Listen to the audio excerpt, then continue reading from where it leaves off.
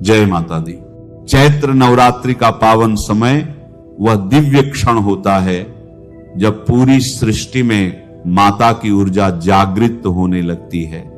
यह केवल एक त्योहार नहीं बल्कि आत्मा को शुद्ध करने, जीवन में नई शुरुआत करने और मां की कृपा प्राप्त करने का सबसे पवित्र अवसर माना जाता है। कहते हैं जब भी चैत्र नवरात्रि आती है तो धरती पर देवी शक्ति का विशेष संचार होता है और जो भी भक्त सच्चे मन से मां की आराधना करता है और सब उसके जीवन में नई रोशनी आने लगती है। सन 2026 में चैत्र नवरात्रि का प्रारंभ 19 मार्च गुरुवार से हो रहा है। चैत्र मास के शुक्ल पक्ष की प्रतिपदा तिथि 19 मार्च की सुबह 6:54 से प्रारंभ होगी और 20 मार्च की सुबह 4:52 तक रहेगी। इसी कारण से इस वर्ष नवरात्रि का आरंभ 19 मार्च गुरुवार से माना जाएगा और इसका समापन 27 मार्च को महानवमी के दिन होगा। धार्मिक मान्यता के अनुसार जब नवरात्रि गुरुवार या शुक्रवार से प्रारंभ होती है तो माना जाता है कि माता रानी डोली या पालकी पर सवार होकर पृथ्वी पर आती हैं। इसे एक संकेत माना जाता है कि संसार में कुछ चुनौतियां और परिवर्तन आ सकते हैं, लेकिन सच्चे भक्तों के लिए माता स्वयं रक्षा करने आती हैं। जो व्यक्ति सच्चे मन से मां का स्मरण करता है उस पर देवी की कृपा बनी रहती है। नवरात्रि में कलश स्थापना का विशेष महत्व माना जाता है क्योंकि यह मां दुर्गा को अपने घर आमंत्रित करने की प्रक्रिया होती है। इस वर्ष 19 मार्च को कलश स्थापना का पहला और सबसे शुभ मुहूर्त सुबह 6:54 से 7:43 तक रहेगा।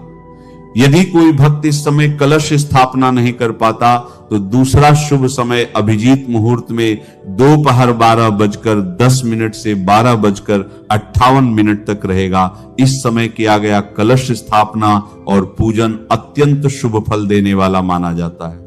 धार्मिक मान्यता यह भी बताती है कि इसी प्रतिपदा तिथि के दिन ब्रह्मा जी ने सृष्टि की रचना की थी और इसी दिन देवी शक्ति का प्राकट्य भी माना जाता है। इसीलिए यह दिन केवल नवरात्रि का ही नहीं बल्कि हिंदू नववर्ष का भी आरंभ माना जाता है। इन 9 दिनों में मां के 9 रूपों की पूजा की जाती है। शैलपुत्री, ब्रह्मचारिणी, चंद्रघंटा, कूष्मांडा, स्कंदमाता, कात्यायनी, कालरात्रि, महागौरी और सिद्धिदात्री। प्रत्येक दिन मां के अलग रूप की आराधना करने से जीवन की अलग अलग बाधाएं दूर होती हैं। नवरात्रि के दौरान व्रत रखने वाले भक्तों को सात्विक भोजन करना चाहिए। फल, दूध, दही, कुट्टू का आटा, सिंघाड़े का आटा, साबूदाना, आलू और मूंगफली जैसी चीजें व्रत में खाई जाती हैं। नमक की जगह सेंधा नमक का उपयोग किया जाता है। लहसुन, प्याज और तामसिक भोजन से इस समय दूर रहना चाहिए। कई लोग अनजाने में ऐसी चीजें खा लेते हैं जो व्रत के नियमों के विरुद्ध होती हैं। इसलिए व्रत में हमेशा शुद्ध और सात्विक आहार ही लेना चाहिए। नवरात्रि में जौ बोने की परंपरा भी बहुत प्राचीन है। जब कलश स्थापना की जाती है तो उसके पास मिट्टी में जौ बोए जाते हैं। यह घर में सुख, समृद्धि और उन्नति का प्रतीक माना जाता है। इन जौ में रोज पानी भरकर नहीं डालना चाहिए बल्कि हल्का सा छींटा देना चाहिए क्योंकि अधिक पानी से जौ सड़ सकते हैं। जब नवरात्रि के अंत में जौ हरे भरे हो जाते हैं तो उन्हें बहुत शुभ माना जाता है। इन जौ के कुछ पत्तों को प्रसाद के रूप में पूरे परिवार को दिया जाता है और बाकी जौ को किसी पवित्र नदी या बहते जल में विसर्जित किया जाता है। कई घरों में नवरात्रि के दौरान अखंड ज्योत भी जलाई जाती है। यह ज्योत देवी शक्ति का प्रतीक मानी जाती है और पूरे 9 दिनों तक इसे जलाया जाता है। नवरात्रि समाप्त होने के बाद इसकी बाती को कभी भी इधर उधर नहीं फेंकना चाहिए। इसे सम्मान के साथ किसी पवित्र स्थान पर रखा जाता है या पीपल जैसे पवित्र वृक्ष के नीचे रख दिया जाता है। यह माता की ऊर्जा का प्रतीक मानी जाती है, इसलिए इसका आदर करना आवश्यक होता है। कलश के ऊपर रखा हुआ नारियल भी बहुत पवित्र माना जाता है। नवरात्रि समाप्त होने के बाद इसे प्रसाद के रूप में घर के लोगों में बांट दिया जाता है या कन्या पूजन के दिन कन्याओं को दिया जाता है। कलश के नीचे रखे चावल को हल्दी से पीला करके लाल कपड़े में बांधकर धन रखने की जगह पर रखा जाए तो इसे शुभ माना जाता है। नवरात्रि के दौरान सबसे महत्वपूर्ण परंपरा कन्या पूजन की होती है। 2026 में अष्टमी 26 मार्च को और नवमी 27 मार्च को कन्या पूजन किया जाएगा। इस दिन छोटी कन्याओं को देवी का रूप मानकर उनका पूजन किया जाता है और उन्हें भोजन कराया जाता है। कहा जाता है कि जब कन्या किसी घर में पहला निवाला खाती है तो उस घर पर माता की विशेष कृपा बरसती है। लेकिन नवरात्रि में कुछ गलतियां ऐसी होती हैं जिन्हें भूलकर भी नहीं करना चाहिए। पूजा में लापरवाही, अपवित्रता, गंगा या किसी भी पवित्र नदी को गंदा करना या प्रसाद और पूजा सामग्री को कचरे की तरफ फेंक देना बहुत अशुभ माना जाता है। धर्मशास्त्रों में बताया गया है कि पवित्र नदियों का सम्मान करना ही सच्ची भक्ति का प्रमाण है। यदि कोई व्यक्ति पूरे 9 दिन व्रत या पूजा नहीं कर पाता तो भी निराश होने की आवश्यकता नहीं है। केवल सच्चे मन से मां का स्मरण करना भी उतना ही फल देता है। शास्त्रों में बताया गया है कि दुर्गा सप्तशती में वर्णित सिद्ध कुंजिका स्तोत्र का पाठ अत्यंत शक्तिशाली माना जाता है। यदि कोई व्यक्ति नवरात्रि के दिनों में श्रद्धा और विश्वास के साथ इसका पाठ करता है तो उसे संपूर्ण दुर्गा पाठ के समान फल प्राप्त होता है। और अंत में एक सरल लेकिन बहुत प्रभावशाली उपाय भी बताया गया है। नवरात्रि के दिनों में यदि कोई व्यक्ति अपने घर या आसपास किसी पवित्र स्थान पर फूल का पौधा लगाता है और उसे प्रेम से सींचता है तो इसे देवी प्रसन्नता का प्रतीक माना जाता है।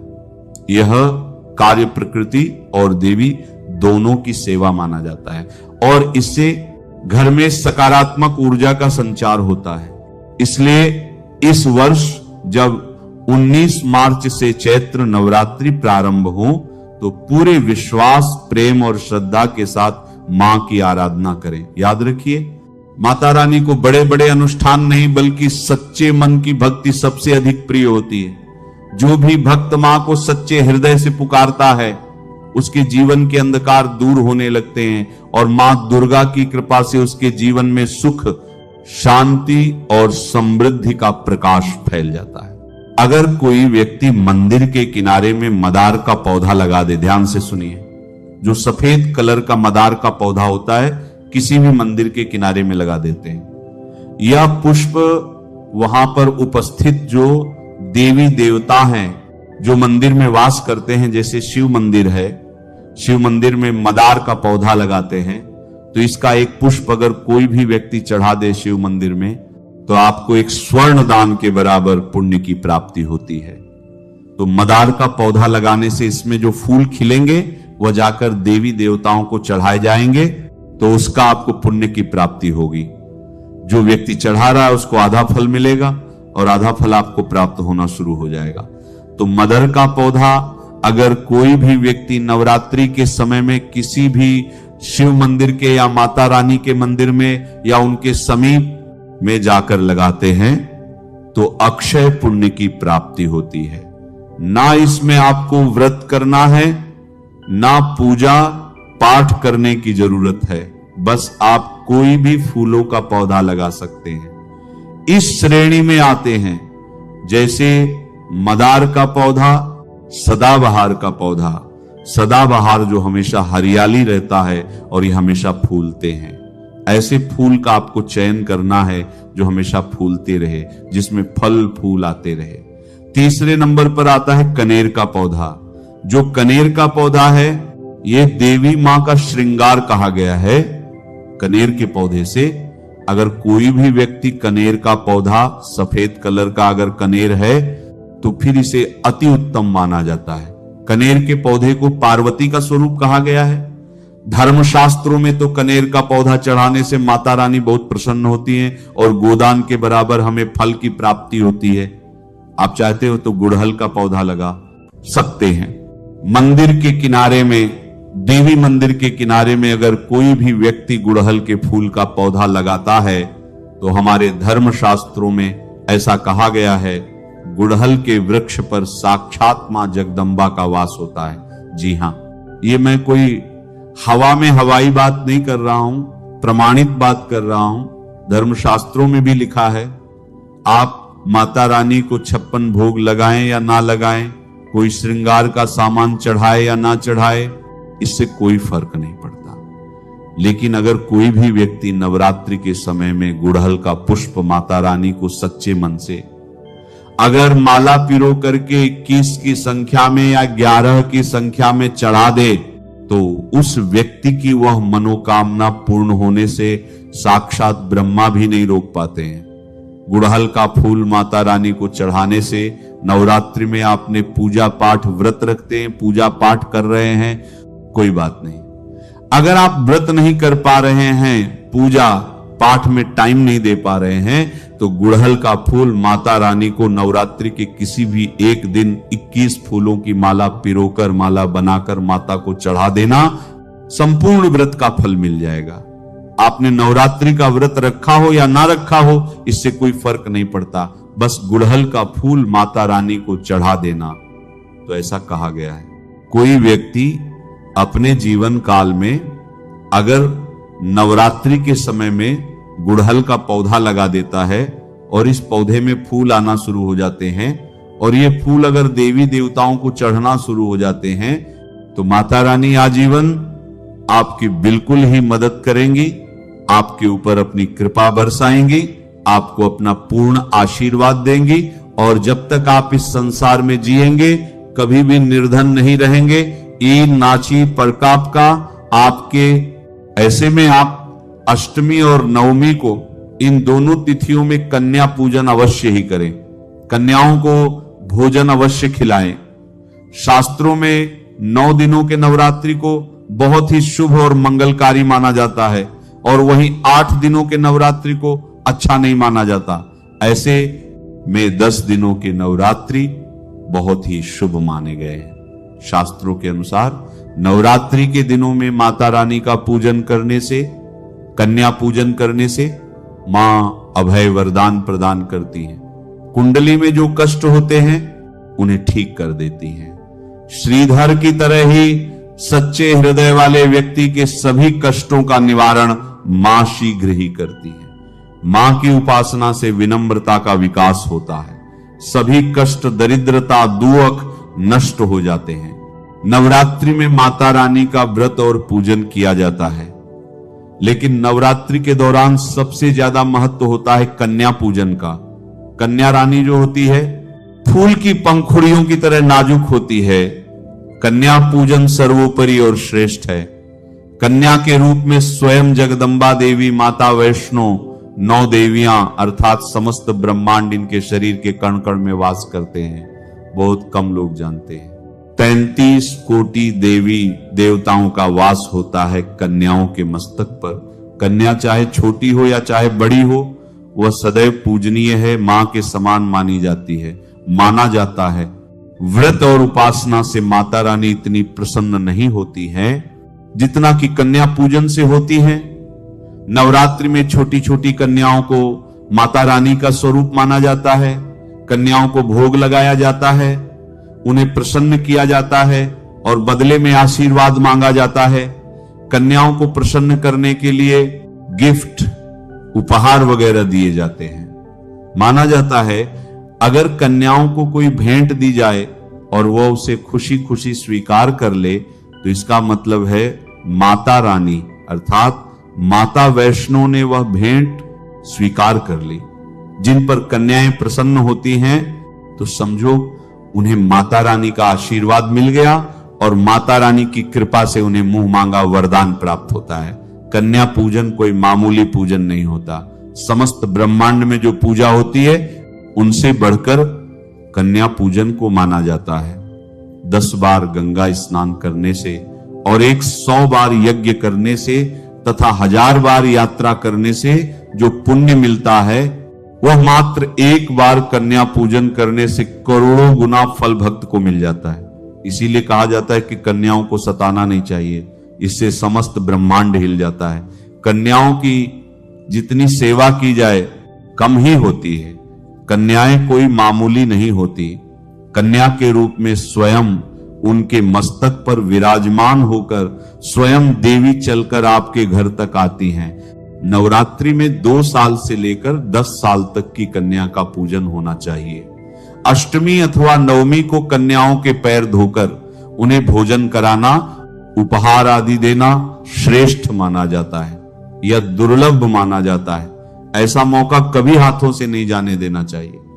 इस दिन जितना ज्यादा हो सके कन्याओं को हाथ पकड़कर, पैर पकड़कर अपने घर तक लेकर आएं।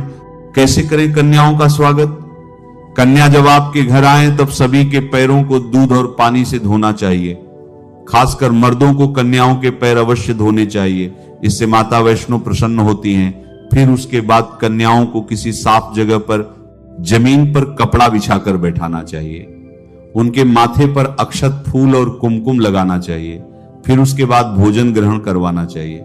लेकिन हमेशा याद रहे, कन्याओं की थाली में 3 पूरियां कभी ना रखें, इसे शुभ नहीं, घोर अशुभ माना जाता है।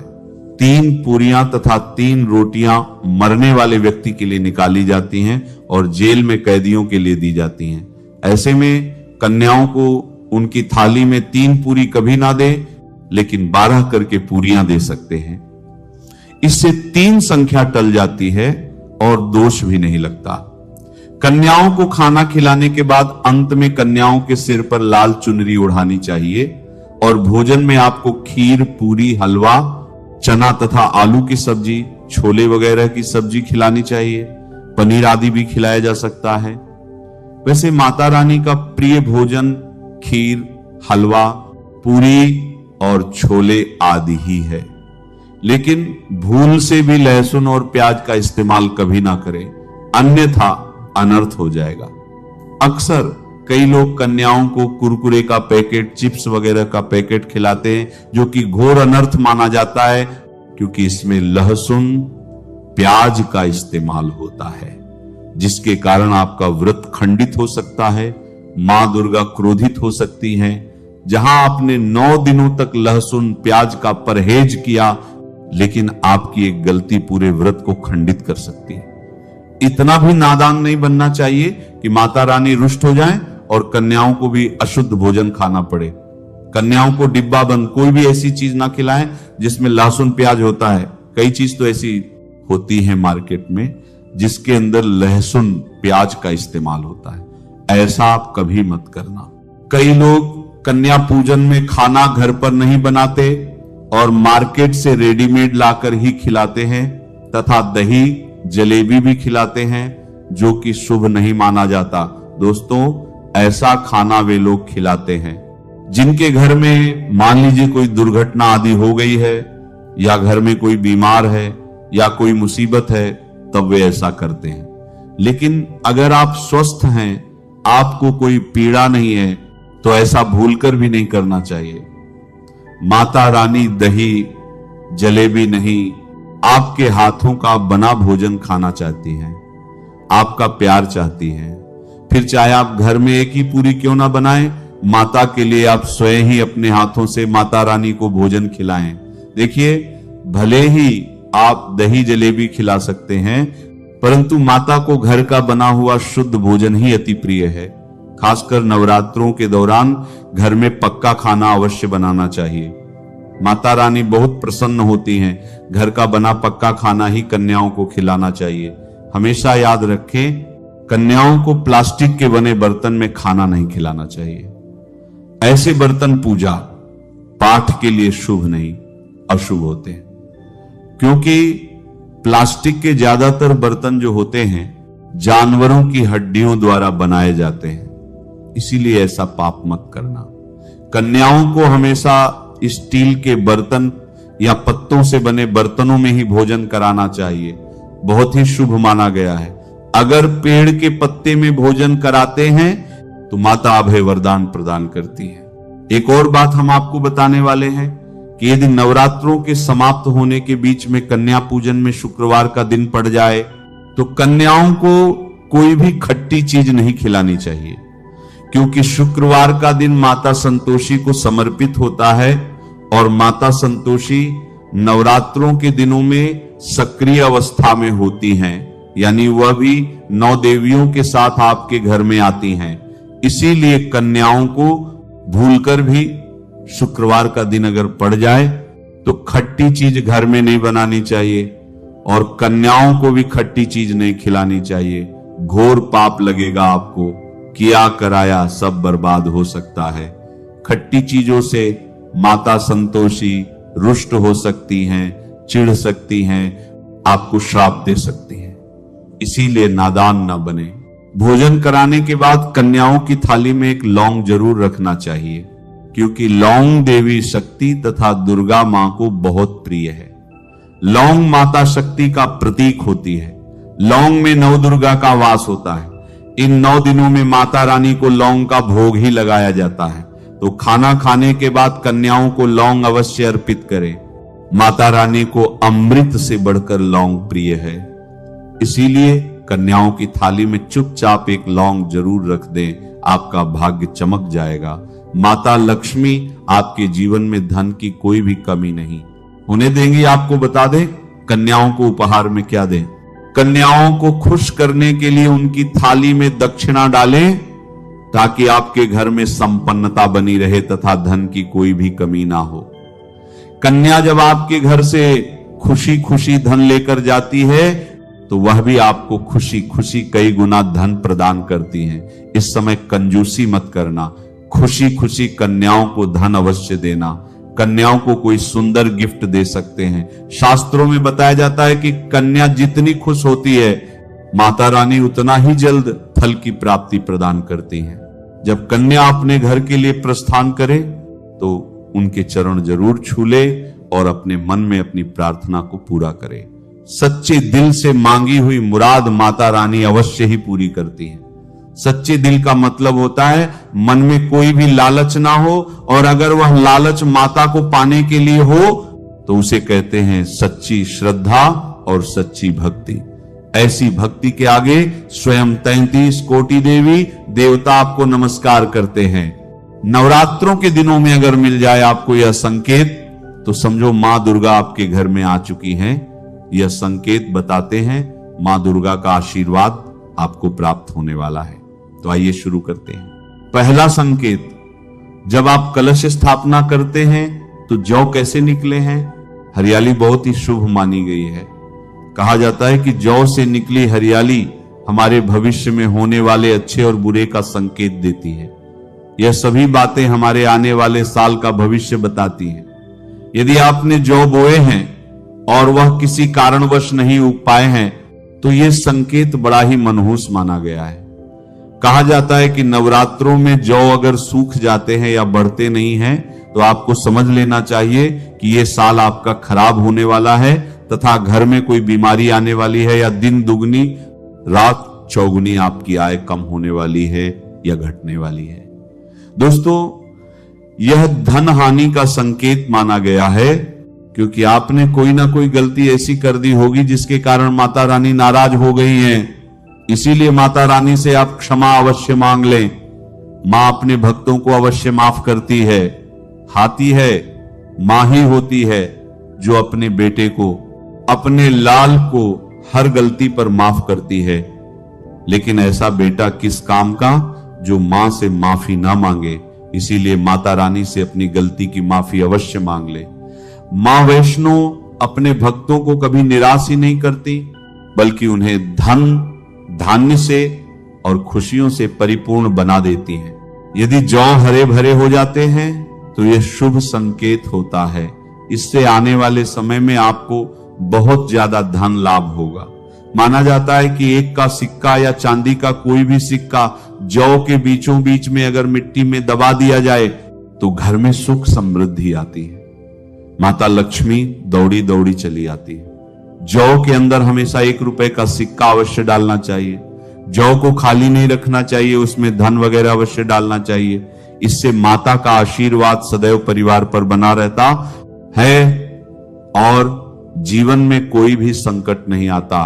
खाली जौ मतलब धन भी खाली, खुशियां भी खाली ही मिलेंगी, यदि आपकी नींद नवरात्रों के दौरान सुबह 4 बजे के आसपास खुलती है तो इसे बड़ा ही शुभ संकेत माना जाता है, क्योंकि यह समय ब्रह्म मुहूर्त कहलाता है।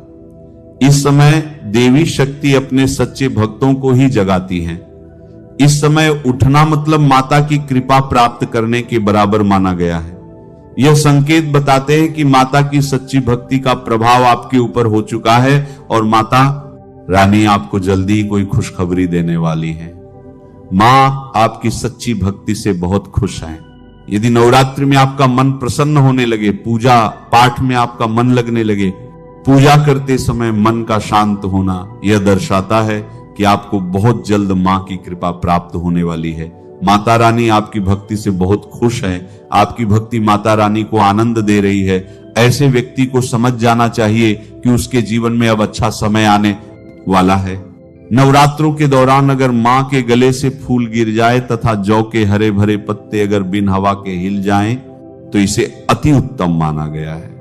यह संकेत बताता है कि माता रानी का आगमन आपके घर में स्थायी रूप से हो चुका है। आपको माता लक्ष्मी की कृपा प्राप्त होने वाली है। यह संकेत कुछ खास लोगों को ही दिखाई देते हैं। माना जाता है कि पूजा करते समय अगर धुआं अधिक बढ़ जाए तो इससे पता चलता है कि आपके घर से गरीबी हमेशा हमेशा के लिए जाने वाली है। भूत प्रेत आत्माएं अब आपके घर से हमेशा के लिए जाने वाली हैं।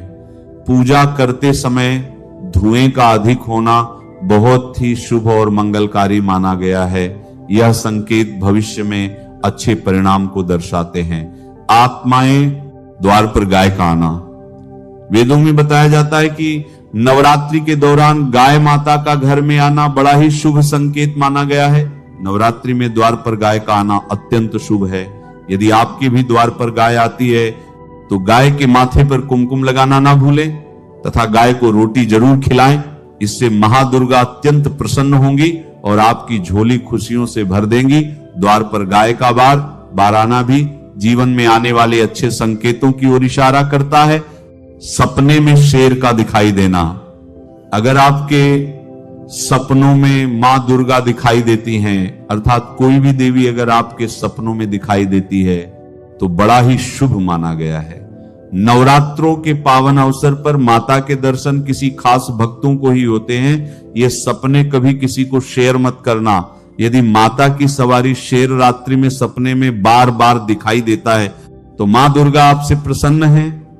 ये संकेत बताते हैं कि जल्द ही आपकी कोई मनोकामना अवश्य पूर्ण होगी और आपके शत्रुओं का नाश हो जाएगा। शत्रु आपके नाम से ही थर-थर कांपने लगेंगे।